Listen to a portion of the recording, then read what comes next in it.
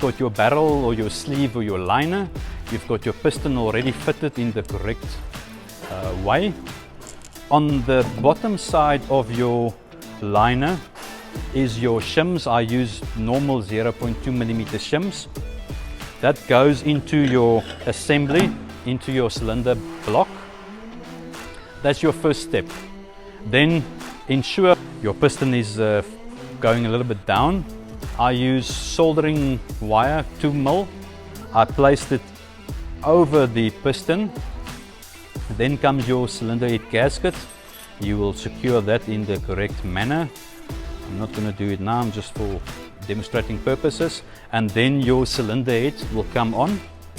You will fasten your cylinder head, bolt that down, torque it to the correct torque specs.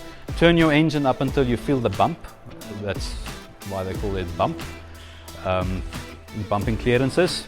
Then remove your cylinder head. Remove your cylinder head gasket, but do not mix anything, otherwise you'll do it from this all over again. Then you remove your wire that's been bumped on the sides.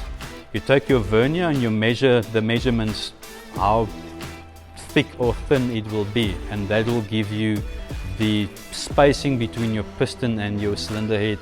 That needs to be a specific setting.